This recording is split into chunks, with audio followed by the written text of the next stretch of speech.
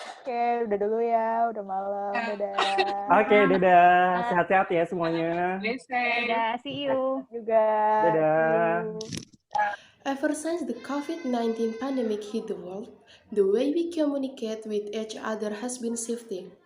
25 years old Tina Artiaf-Noviati has not visited her parents in Garut, West Java for several months now. However, she has been calling her parents more frequently compared to before the pandemic. Itu kan waktu aku masih bisa curi-curi waktu buat pulang, ya udahlah video call-nya paling 1 minggu tuh bisa 3 kali. Sekarang tuh kayak setiap ada waktu aku jadi video call sama keluarga aku karena ya udah nggak bisa pulang. With the pandemic showing no sign of receding in the near future, we are still like to rely on virtual meeting to interact with others. However, some limitation may keep us from regularly communicating with our loved ones, such as signal disruption. Biasanya orang-orang tuh kalau misalkan di video call mereka tuh nggak bener-bener banyak yang diceritain tuh. Karena kita juga harus gitu, kita tuh harus adjust waktu kita kan. Misalkan ya udahlah video call ya, ayo gitu kita video call. Tapi kadang-kadang mereka ada interupsi apa. Tapi kalau misalkan ketemu langsung, itu tuh mau nggak mau pasti ya kesannya tuh beda. Mau nggak mau apa yang lebih gimana ya, lebih anget aja gitu loh. Kalau ini tuh cuman sekadar ya udahlah gitu video call, terus diceritain apa aja, kayak cuman highlight-nya doang gitu yang mereka ceritain. Psychologist Baby Jim Aditya is aware of the drawback of virtual meeting. She explained that there was no energy exchange during virtual interaction. Dalam pertemuan virtual memang emosi berupa ekspresi terlihat, tapi rasanya kurang gitu ya. Dan dalam komunikasi kan kita tahu bahwa komunikasi itu bukan hanya verbal atau kata-kata. Non-verbal message also play a role in our communication, include hand gestures, face expression, tempo, intonation, articulation, and action. Kalau secara virtual mungkin ada yang terdistorsi ya dari semua tiga itu. Mungkin karena jarak ya, karena mungkin jaringan tidak begitu sempurna sehingga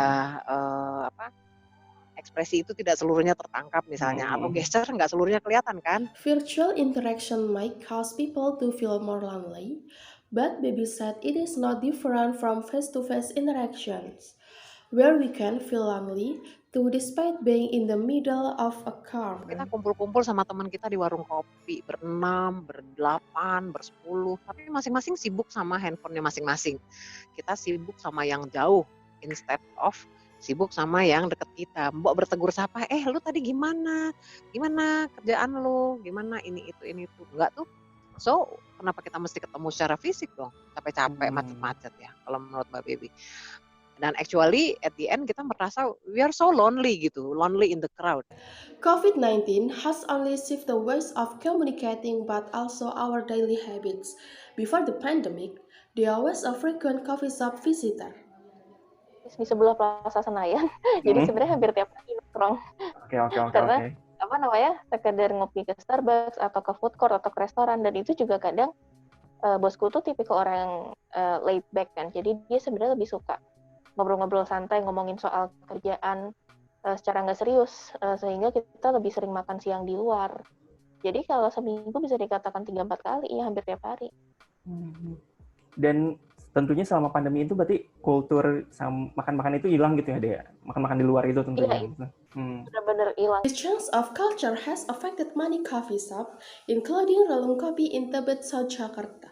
They have suffered a decline in sales because of Jakarta large-scale social restriction or PSBB policy. Waktu adanya peraturan PSBB itu yang tidak boleh terima dine-in itu pengaruhnya sampai penurunan salesnya sekitar 80%. When Jakarta entered its traditional PSBB phase in early June, customers started returning to Relung Kopi. The coffee shop now provides outdoor setting to help customers maintain a safe physical distance. Kita tahu kan dengan adanya COVID ini lebih baik berinteraksi itu di ruangan terbuka. Nah, jadi kita juga rajin untuk promo kalau selain kita menerapkan protokol kesehatan, kita juga beberapa foto video kita unggah di media sosial Rulung Kopi.